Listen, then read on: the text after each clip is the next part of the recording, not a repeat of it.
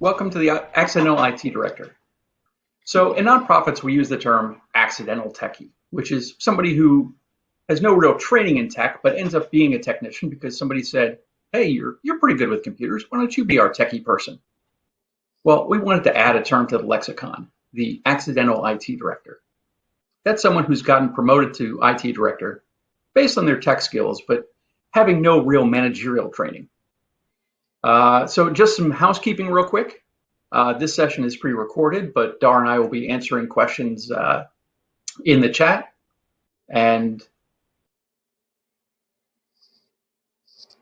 I'm Colin Boyle. I'm the IT Director for Step Up Suncoast, a anti-poverty nonprofit in Sarasota, Florida. I've got about 25 years of IT experience, including 20 years or so of IT management, but I was an accidental IT director back in 1999, where I went from server administrator to IT manager. Most of my career has been in nonprofits.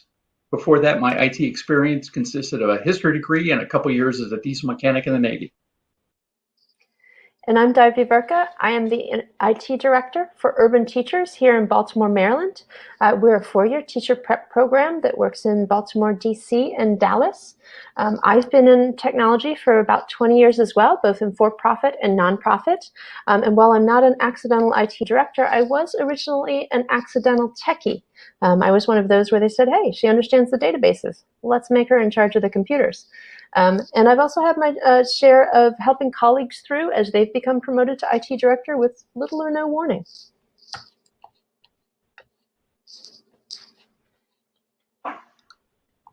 Oops.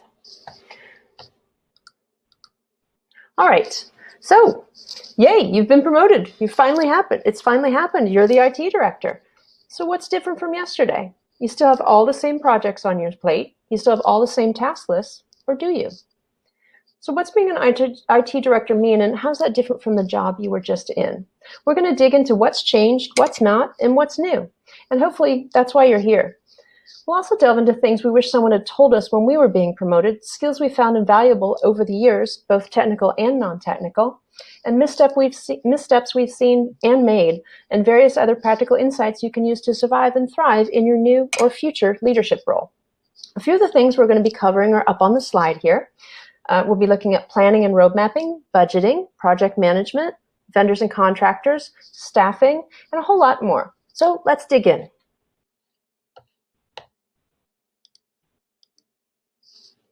So I put this slide in because it's a great visualization of your job as a nonprofit IT director.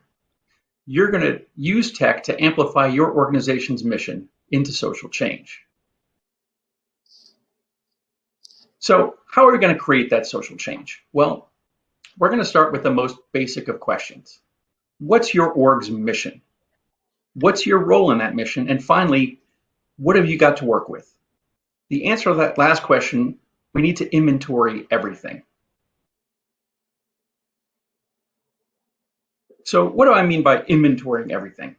You can't figure out what you need until you figure out what you have. Obviously, you need to inventory the stuff, the servers, the switches, the PCs, etc. You need a handle on the money, the org's budget, the 990s, your org's annual reports, and your departmental budgets. You need to take a really good inventory of the amount of labor you have. This is a really important place where people usually overestimate the amount of labor they have. Labor is going to end up being your most precious commodity, and it's in limited supply. Nonprofits are a marathon, not a sprint, and you need to pace yourself appropriately. Don't count yourself as anything more than 40 hours. Don't count your FTEs as any more than 40 hours, and you probably should count them closer to 30 hours with vacations, sick days, and all the unexpected stuff. After that, count up how much time you spend on basic maintenance and help desk stuff, because that stuff's non-negotiable. What's left over is how much discretionary labor you have. Here's why getting the labor number is so important. So my predecessor was often at work till 8 p.m. If I'm working till 8 p.m. and I'm the guy managing the projects, I've done something terribly wrong. Finally, you need to make a personal inventory of the skills you bring to the job. We're all good at some things and we're terrible at others. Ideally, you want to keep the stuff that you're good at in-house and outsource the things that you're terrible at. So what are the two biggest obstacles to a good personal inventory? Imposter syndrome and the Dunning-Kruger effect. So imposter syndrome is where you doubt your own skills and accomplishments, and you have this creeping fear that at any moment you'll be exposed as a fraud. Dunning-Kruger is the opposite of that. It's where low-skill people tend to widely overestimate their abilities. The less people know about a topic, the more likely they are to assess themselves as above average, and the more people know, the more likely they are to lack confidence in their abilities. A really common strategy for these sorts of inventories, whether you're inventorying things, people, or yourself, is a SWOT analysis. It's pretty straightforward, and it stands for strengths, things that you or your team excel at. Weaknesses, things that you or your team unexcel at. This can also encompass other types of weaknesses in your inventory or weaknesses in systems or funding as well. Opportunities, how can you leverage those strengths you just identified above? And threats, what are the things that you're hoping don't happen in terms of weaknesses that you just identified? You'll think more about those last two pieces as we get into planning.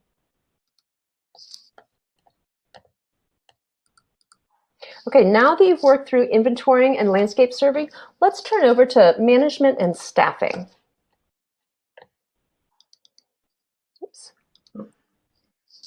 When it comes to management and staffing, there's some internal adjusting and inventorying you need to do here too as well. Many nonprofit organizations promote people due to time on the job. You've been the server admin for 5 years and you've gradually moved up to IT director. But being really good at your day-to-day tech job doesn't necessarily translate to being a good leader. You're probably used to being down in the tech details and specializing in certain platforms, but as an IT director, you're no longer a specialist or the best at everything tech. You're going to need to get up to speed on a lot and know a little about a whole lot more. You're an IT director, but 50% of your job is going to be people, not 100% tech. You're going to need to do some unlearning of bad habits as well. Perfectionism, micromanagement. You use those things to excel at your current role, but you're going to be inflicting those habits on your staff as a director. You're also in an organizational leadership role now. You're working on other things. Maybe it's DEI for your org strategy, thought partnership with various departments. Maybe you're working on development grants with your other departments and many other areas. Basically, you need to come out of the server room both physically and mentally. So back when I was a server technician, I had the attitude that it didn't really matter whether I was working for an insurance company or a shoe factory. The job was basically the same. As an IT director, nothing could be further from the truth. You need to get out among your users and really understand what they do every day so that you can help them do their work as effectively as possible. You're going to need to figure out how to get along with all of the other department heads and managers, especially the ones you don't like. Anybody who's seen Death of a Salesman knows it's important to be well liked. One adjustment is, depending upon how you got the job, you may find that you're leading your former peers. I saw this a lot when I was in the Navy, and people would get promoted to petty officer. One day they were part of the team, and the next they were being told, hey, you need to get those folks together and clean out the bilge. As you move into more leadership meetings and strategy, you may want to see things from a different perspective. What seemed super important, that one thing the users kept doing that drove you batty as a systems engineer, that isn't necessarily where you need to devote your energy now. Conversely, you may find that you're able to build more relationships and pull in more allies for that change you've been wanting to roll out. You're going to need to be willing to change your perspective overall and understand where that item you really want fits into both your organization and your team strategy. Don't view your promotion to IT director as, woohoo, now I get to go and fix all those things that just drove me crazy. For example, at Urban Teachers, we have a whole assortment of platforms. We've got Box, Asana, Atlassian Confluence, we've got Slack, we've got G Suite. All those things, they kind of equal Office 365. We also use Power BI and some Office apps. So why aren't we on Office 365? When I started, our platform selection overflowed with even more. We had everything under the sun and then some. But our org culture can be resistant to change, and too many other things needed attention. Could I revoke G Drive, sunset other platforms, and force people into Office 365? Oh, sure. But massive ill will towards IT would follow, along with even more shadow IT than we're already dealing with. We had a lot of work to do on document management, streamlining platforms, knowledge management, project management basics. All that was more pressing. Will we move to O365 in the future? Maybe, but that's really not the hill my team needs to die on right now or in the next year or so. It's a far easier lift and much bigger benefit to my organization to get the governance and knowledge management parts done on the systems we have and eliminate the shadow IT we already have before starting up that O365 hill. So hiring. We could easily do a whole session just on hiring, but let me just pass on a few quick pieces of advice. As I mentioned when we talked about the inventory slide, it's important to have a good sense of your workload balance. How much can you actually get done with the hours and people you have? Don't believe that moving to a cloud-based system is going to save you tons of labor. There are a lot of really good reasons to go to cloud-based solutions, but reducing labor overhead isn't one of them. Your executive team and other team members might not understand this. A lot of your other managers think that the cloud means you need less staff. One thing that's going to help you with this is documenting the workloads of your staff with ticketing systems and project management tools. This will give you a quantitative data about what your staff does all day and will help you justify their paychecks. And it's going to help you make a case for your employees when that time comes. My last bit of advice on hiring: never be afraid to hire someone smarter than yourself. So when we were technicians, our currency was knowledge. What made us valuable was the stuff that we knew how to do. As a result, there's often a fear that if we hire someone too skilled, they'll end up replacing us. As a manager, nothing could be farther than the truth. Hiring smart, talented people gets you a reputation of being a manager who assembles a good, competent team. Now that you've hired that good, competent team, how are you going to develop them? Remember how you wanted those certification courses or to go to all those conferences when you were moving up the tech ranks and sometimes you got told no? Well, now you're the person that gets to decide what that no is. There's a lot to consider when thinking about professional development and developing your team. First off, it's okay to develop team members up and out, knowing that that's where their path may lead. It's rare these days that tech folks stay in one place for a long time, particularly at nonprofits, where opportunities to advance or get promoted can be limited a lot by funding. Letting someone develop up is never a bad thing. They'll be a better worker while they're at your org, and they may end up staying a while longer because they're able to grow and they're happy. It also helps team morale. Your folks see that you're invested in their growth. Now, you do have to learn to balance what your team wants versus what your team needs. You might have a team member dying to do those AWS engineer skills, but you don't have a realistic project to move anything to AWS in the next year or so. So that's where your no's come in. Note that professional development always almost goes up first for budget cuts. You need to fight for it for your team. Keep track of the projects your team is able to do because of the professional development they've received and items you can't do for lack of a PD budget for it. Also, learning to advocate for your team may be a new area for you. Not everyone in your org understands what your team does. Make sure folks see their value and see their skills. Also, make sure they don't see them as a dumping ground for last-minute items. A lot of tech departments are the land of drive-by, last-minute tickets. As an IT director, you hold the key to how the rest of the org sees and treats your team. And finally, work-life balance, both for your team and for you. Don't drive your team into the ground or expect them to work unrealistic hours or do professional development solely on their own time. Think about what we've been saying about realistically inventorying your people and your workload. Note that you may also have people who drive themselves into the ground, either because they're trying for a promotion or because that's just their work style. While it's not solely your job to make sure they don't burn out and have a healthy work-life balance, your handling of staff and setting of expectations and setting an example plays a not insignificant role in that. The F word, firing, or in nonprofit speak, coaching someone out. You're going to have to fire or lay someone off at some point, so be prepared. Seek assistance from your HR department and learn management skills around this ahead of time. Don't wait until you're faced with a termination situation. Nonprofits are really, really bad at being willing to fire people. It makes everyone feel terrible, but it's often what's best for the org. As you learn skills around managing folks, make sure you understand what performance improvement plans or PIPs are. It may make you feel bad to put someone on one, but a toxic or poorly performing employee can do a lot of damage to both you and your team. Not all nonprofits have these, again, that being afraid to fire folks thing, but they're actually really beneficial. Unfortunately, people tend to view them as putting off the inevitable, but they don't have to be an exit point. People can change. A well-done PIP can turn around a team member and help them as well as you. And also consider what I just said about professional development. You shouldn't just fire someone before giving them a chance to improve unless there's extenuating circumstances. Also, PIPs need a hard end date. Don't keep extending them just to avoid a decision.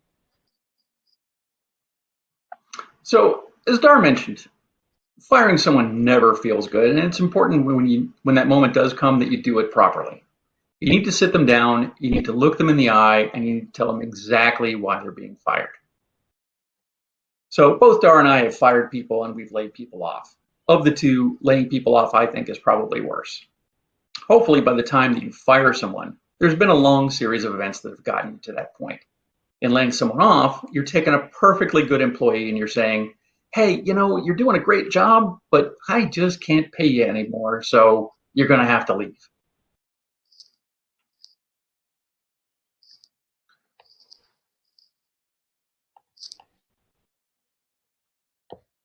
That one's on you, Dar. Oh, sorry, that was yours. So we've looked at some of the soft skills you need to work on, like relationships and hiring. So what are some of the hard skills you need to up your game on? Oops. Slide mayhem. Project management. If 50% of your time as an IT director is people management, another huge chunk is going to be is going to be project management, whether in actual projects or not. The skills around project management will turn up again and again and again in your IT career. Skills like stakeholder management, communications around project, and timeline planning are indispensable. Our advice? Take any project management workshops you can find from places like N10. Again, they're invaluable. There are also a lot of free and low-cost webinars and course options around as well. As an IT director, you're going to be tasked with a lot more cross-team work.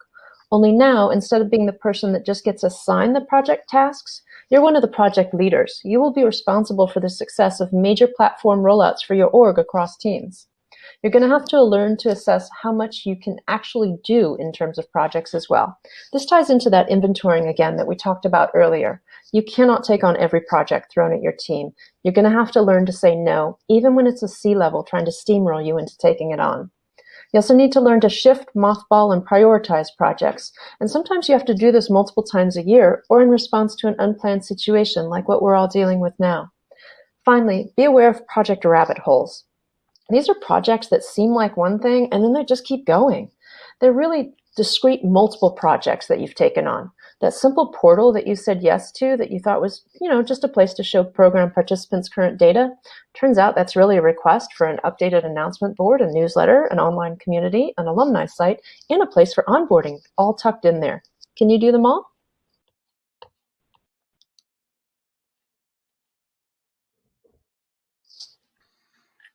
Technology policies. So now you're the person responsible for writing policies, security policies, disaster policies, usage policies.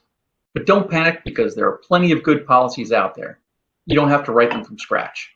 I think you're going to find that your fellow IT directors are more than willing to share their policies with you. And I think that's mainly because they know in their heart of hearts they didn't actually write them from scratch either. That doesn't mean you can just slap down some boilerplates. You got to consider their actual applicability to your work. The skeleton of my security policy manual might have originally come from Planned Parenthood of Indiana, but the meat of it is specific to my org. Make your policies based on the position, not the person. Jane, the Head Start teacher, might be a very trustworthy person, but her security access should be based on her role as a Head Start teacher, not how much you personally trust her. When you do put down policy, never create a policy that you don't intend to enforce, and don't create one that you don't plan to follow yourself. I see this most often with internet usage policies. If you write a policy that says, no personal use of the internet during work hours, and you know full well that you're going to check your stocks or make sure that you won that antique tea kettle on eBay, then that's not a realistic policy. All you're doing with that policy is you're encouraging your staff to lie to you, which is not how you want to build relationships. Having an internet usage policy is really important, but it's only useful if it reflects reality. Also, in creating these policies, make sure you get input from other members of leadership. They might have perspectives that you haven't thought of, and it helps to build a relationship with your fellow managers. And lastly, we keep repeating this, but policies change and need revisiting. Things change all the time. Think of backups, disaster recovery. These are very different than they were just 5 years ago. Another item on your Learning to Lead agenda is going to be budgeting. Note, this is not a session where we teach you how to make an IT budget from scratch, as again, that's more of an entire day session. But we do want to give you some pointers here. First off, budgeting is a year-round endeavor. Your budget might be due on April 1st, but that's hardly the last time you'll be doing budgeting for the fiscal year. You're going to revisit your budget regularly, tweaking, adding, subtracting as needs arise and priorities shift. Always keep an eye on your spend. You kind of need to know how much wiggle room you have on an ongoing basis. Also, how does your organization view IT for budgeting? Do they do an allocation with centralized IT costs, or do they charge computer and software costs to each department based on those departments' wants? Know which model your organization uses and what that means. The by-department model is more common at smaller orgs, with the cost of things like laptops often being covered by sort of a random assortment of grants. This methodology can take the control of your IT budget out of your hands to some extent. It can also be quite inefficient to manage as you grow. Don't be afraid to advocate for change in the model if the current one isn't working well. Interestingly, if you're at one of the very large nonprofits, the model can sort of flip back to a by-department model, and that does bring certain efficiencies because of the magnified scale. Learn to keep up with what other teams are doing. You need to know what they might hit you up with and plan for it. And honestly, this applies to other items as well, not just budgeting. Use the relationship building Colin talked about a few minutes ago here, and that'll help you out a lot. Also, speaking of other teams, make sure your exec team understands the IT cost of each new hire in terms of equipment and software. Have a number ready so that when there are unbudgeted hires during the year, you can note that you're going to need the line items increased on your side because each new person has X amount of dollars as an IT cost. That way you're not stuck with trying to make up a variance that you didn't cause. The saying goes that no plan survives contact with reality, and that's true for budgets as well. You're going to submit a budget, and it's probably going to get cut and sent back for changes. It's rare that a first draft budget goes through to a final unchanged. There are two things that can help you out here. First, don't guess. Actually calculate everything you can and get quotes. The quotes can really help you make a case as well for why a particular line item cannot be cut. Let's say they want a website redesign and you've got 3 quotes saying that it's going to cost between $40,000 and $60,000. They can't cut this down to $20,000 and expect you to actually deliver the quality that they want. Second, add some. Have some buckets that you can sacrifice to get something else you need. Of course, you'd love to get all of the things in your budget, but know what you're willing to sacrifice and what's non-negotiable. You're also going to need to align your budget to your technology plan or roadmap, which we're going to talk about here in just a minute. All right, we wanted to talk about 3 quick economic terms that are going to apply. First, there's opportunity cost. This is the cost of things you've chosen not to do. If you choose to go with Office 365, you're also choosing not to go with Google Apps. What's the gain or loss there in terms of features and costs? An opportunity can also be thought of in terms of time. Let's say you decide to do Salesforce customizations this afternoon. Then you're choosing not to work on network security. Next, we have sunk cost. This is simply what it costs. This is simply cost that you've spent that you can never recover. It cost us X dollars to upgrade our network security appliances. That's the sunk cost of those appliances. The sunk costs themselves are neutral. They're neither good nor bad. But that's not the case with the sunk cost fallacy. In fact, you probably already know what this is. Think of the phrase, throwing good money after bad. The sunk cost fallacy is when you stick with a choice only because you've invested so much in it, either in time or money or both, that you just can't walk away. One organization I started at had spent $1.2 million and nearly 4 years of time on a CRM migration project. It was a disaster. The product didn't and couldn't meet their needs. I recommended getting out of it and suing the vendor for breach of contract. But the sunk cost fallacy reared its ugly head. Hey, we've already spent $1.2 million in 4 years. We can't walk away now. They ended up spending over $2 million in a total of 7 years before they finally went with a CRM that was completely different and actually met their needs. Trust me, you will never recoup your sunk cost. Make your decisions based on the future. These concepts and terms will matter both for budgeting, but also for planning and road mapping, which is where Colin is taking us next. So let's talk road mapping and strategy, which, by the way, is one of those things you're now responsible for. As we start doing this planning, keep in mind the quote from JCR Licklider. People tend to overestimate what can be done in 1 year and underestimate what can be done in 5 or 10 years. So technology plans, which by the way, you're responsible for now. Hopefully you're working in an org that has a mission statement and a strategic plan. If not, you need to leave this conference and tell your CEO that you really, really need an organizational strategic plan. Assuming you have an organizational strategic plan, then it's time to make a 5-year technology plan. So why is this tech plan so important? Well, this document is going to help you guide your project choices. You're going to get asked to do a lot of projects. Once you have a tech plan, you can point to it and say, well, this one meets our long-term goals, or this one is incompatible with our long-term plan.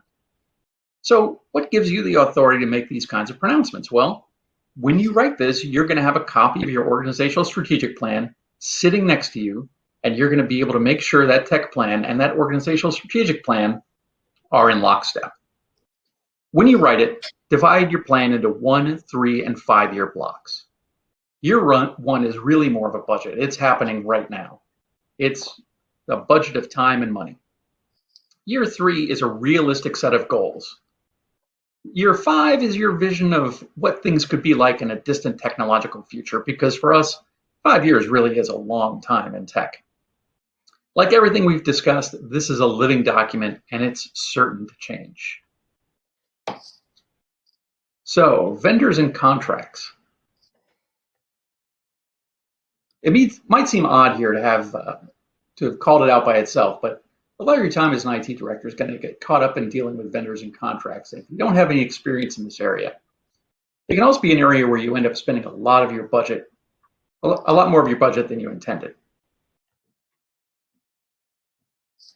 So a huge chunk of your day is going to be spent getting people to do the stuff you've paid them to do. I can pretty much sum up one of my working days, every one of my working days for the last 20 years or so. There was a plan, a vendor messed up my plan, and I spent the rest of the day mumbling, there's other stuff I was supposed to be working on today. You're going to want to do a lot of yelling, which is going to feel good, but won't be good in the long term. It might not seem like it, but it is a small town in IT, and you're going to end up needing to do business with the same people again. So at one employer, I had a terrible time with a telecom company. It was so bad that we came really close to just breaking our contract and forcing them to sue us. We toughed it out, got to the end of the contract, went with a new vendor, and that new vendor was immediately bought out by the first vendor. Now, I'm not saying you should never have harsh words with a vendor. I'm just saying it's one of the many tools in your toolbox. Only use it when it's the right tool for accomplishing your goals, not because it's going to make you feel better. We're going to cover more of this under contracts, but I will say that the more detailed you are in the original scope of work, the happier everyone is going to be. One day is going to come where the vendor is going to come to you and say, hey, it's time for you to pay me. And you're going to say, but the job's not done yet. And both of you will be able to sit down and refer back to your carefully written scope of work and determine who's right. A few general tips here. Contract negotiation is a skill just like any other. If you walk in blind without doing your homework, you're going to get bested. Don't feel like you have to commit to if a vendor is pressuring you and you're feeling out of your depth. You might need to take the time and look over what the terms are, and you might also need the legal department to look it over with you. You're dedicated to your mission, but not everyone is. Just because you're a nonprofit doesn't mean they aren't going to screw you over on pricing. You and the vendor have opposing goals. You want to save your org money. They want to make money for their company, and honestly, their job might depend on it. As nice as your rep seems, they have a quota to meet. And ask for a discount. Seriously, just ask. The worst they're going to do is say no. I'm infamous with my team for this phrase, but we've gotten some really great pricing with this attitude. And if they say no to your discount request, then you're no worse off than before you asked. Also keep in mind that end of the year and end of quarter are when vendors come a-knockin'. Be very aggressive in your ask for discounts. Remind them you're a nonprofit. They need the sales. If possible, check out a friend's contracts and check their pricing. Knowing what others are paying for that vendor or similar vendors' products can really help you out. Be sure and use that leverage. As a newly minted IT director, you probably have no prior experience whatsoever reading contracts. There may be some common IT pitfalls you should be aware of in that case. Telecom and printer contracts. These are the bane of many IT directors' existence. Pricing in a contract is rarely what you actually pay. Telecom vendors will sell you a system at X dollars per seat, but you'll end up at a much higher cost as they tend to put minimum seat or line requirements in and various other services that you need on a very expensive a la carte menu, buried somewhere in the contract along with other fees. Printer contracts will get you on the allocation cost versus the per print overage cost, particularly on those color prints. Remember that you can often adjust your allocations throughout the contract, but the printer vendors may never tell you that. Project management costs.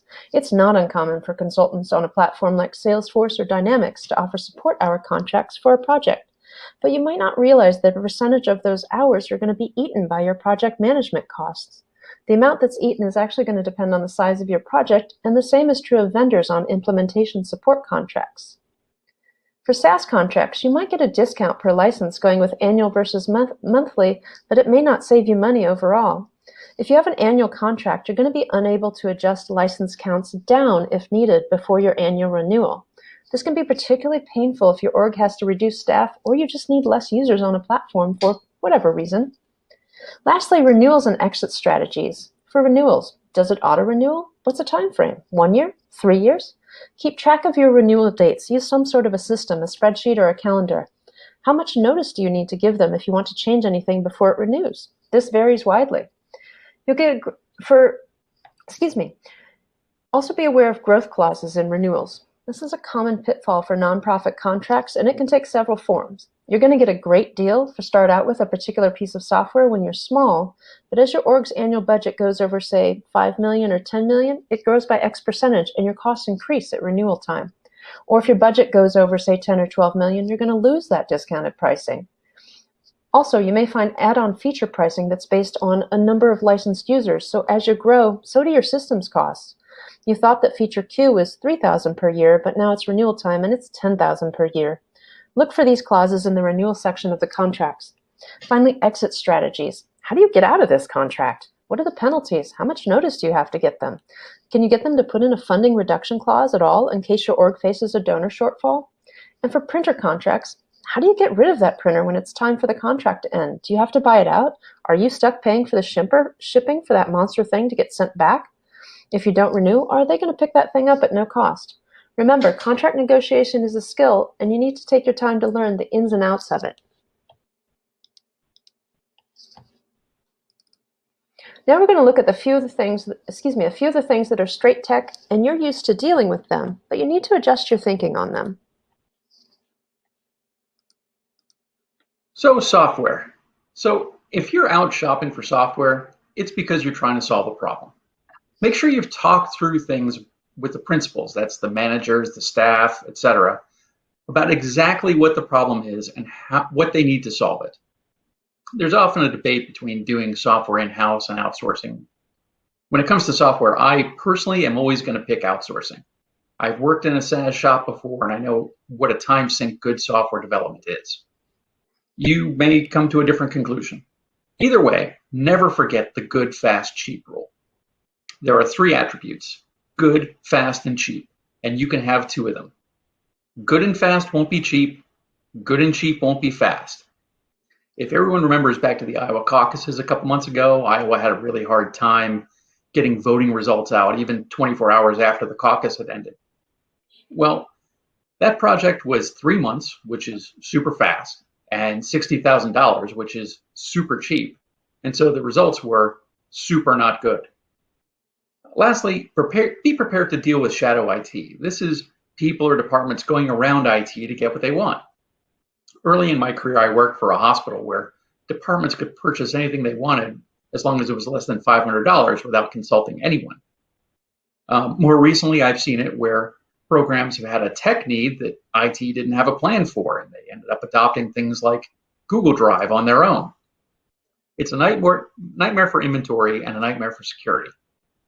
So let's talk security. Your security is most likely going to be compromised by one of your own users. It's unlikely you're going to be compromised by some guy who does a brute force hack on your Active Directory. It's more likely going to be because The person working the front desk has their passwords on a sticky note taped to their keyboard. The security buck now stops with you, and good security is a balance of security and adoption. You have to know your users and know what security policies are going to succeed. Just like earlier when we talked about policies, if you roll out a security policy that encourages your staff to bypass it, you're going to end up being less secure. In our organization, we have multi-factor authentication everywhere we can, but the types of factors vary amongst the staff and based on their jobs and abilities. If someone has a desktop and never leaves their desk, a phone call to their desk phone might be appropriate. Accounting staff, on the other hand, they work from home a lot, and they might be more suited to a hardware YubiKey. If you don't have rules for what security you need, say for example, you don't need to have HIPAA compliance or anything like that, then make sure you comply with a standard. At our organization, we try our best to comply with NIST 800. That way there's an objective standard you can point to whenever somebody just accuses you of making up rules on the fly. Documentation is that thing you avoided like the plague as a techie, that thing at the end of your project you kept meaning to get to and you kind of just never did. It's also that thing you wish you had when you started at your new IT gig as an IT director. A friend of mine in knowledge management has a favorite saying: it takes time to save time. And that is so true of documentation. You have to make time for it. It has to become a habit. You're going to thank yourself later. A huge function of documentation is extraction of implicit knowledge. This gets into knowledge management territory, but it matters, and knowledge management is definitely part of your domain now. You need to capture things soon after they happen, and while it's fresh, things like lessons learned, what all goes into that process you do once a year and you never can remember in the right order, and especially implicit knowledge that you and your team just carry around. What happens to that knowledge when one of you leaves and the rest of you struggle with the gap? Documentation can also be mundane items like ticketing systems, items around budgeting, all those things. The more you can get into organized documentation, the more the future you will thank you. You have enough on your plate as an IT director. Don't make life harder for yourself by reinventing the wheel every time you go to do something because no one wrote it down last time. Of course, there's never enough time to get to everything, so learn to prioritize here too. Prioritize things that will help you with future projects and tasks, and work on the backlog from there. Oops. Woo. Let's talk data. You're in the middle of it whether you want to be or not. At the very least, you're likely to be responsible for the backup of your org's data, and having SaaS-based DBs and CRMs does not exempt you from this. If you thought it did, think again. Shoving it in the cloud and forgetting about it is not a valid data disaster recovery solution. You also probably are going to be responsible for writing some or all of your organization's policies around data sharing, data governance, and other related items. Is your org considering migrating data systems? Surprise! In most organizations, that's also part of your job as well. And data breaches. May you never have one, but if you do, you guessed it, it's also your job to help clean up, analyze, and do after actions around that. And as Colin just mentioned, security is squarely in your domain. Many data breaches happen due to poor security on a connected system, not necessarily the CRM or database server itself. Speaking of CRMs, you're going to need to learn your way around your org's main CRM or database, at least in terms of product, functionality, and other basics. At some point, you'll probably be asked to help choose a new one or peripheral products associated with it. Get familiar with it as soon as you can so you can provide thought partnership that is well informed around those data system decisions. Okay, we have just thrown a ton of things at you, and by now you have a 3-mile long to-do list. So what are the big ticket items we want you to take away from all of this? Oops. First up, skills for success. Some of these things that will help you succeed as an accidental or really any type of IT director. Let go of the task-oriented and embrace the people-oriented. Now is not the time to get lost in the tech weeds. Always be learning. You're not perfect and you never will be. None of us are. See the learning opportunities around you from both yourself and your peers. Learn to build and nurture relationships, even the ones you really don't want to, especially those. Never be afraid to hire people smarter than yourself. Document all the things, from inventorying you, your team, and your capacity to your projects and to your work. Getting to know your org's people and needs. Getting out and seeing what your users do, just how they work every day. There's probably a ton of stuff you had no idea they were doing or needed better tech resources for. And finally, learn to think differently about the things that you think you know.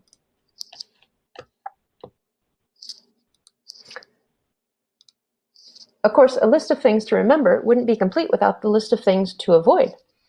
Imposter syndrome and Dunning-Kruger effect. Know what these are and how they manifest in you if you find them. Don't be afraid to find a mentor to help with this if you're struggling with them. Being a really good techie doesn't translate to being a good director. Being a great techie will inform your work, but it's no longer who you are.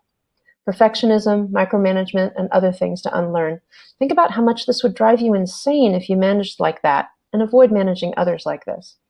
Don't try to be the best at everything, accept that you're not. And finally, don't expect to get manager training. Nonprofits are terrible on the whole about providing it. You're likely going to need to be a self-starter on this one. So what were the things that were hardest for Dar and I? Being the one that does the planning, as opposed to one just implementing the plans. Hiring, the first times that we had to hire people. Being realistic about the labor you have. I still struggle with that one. Learning to trust your staff to do a good job without checking every detail.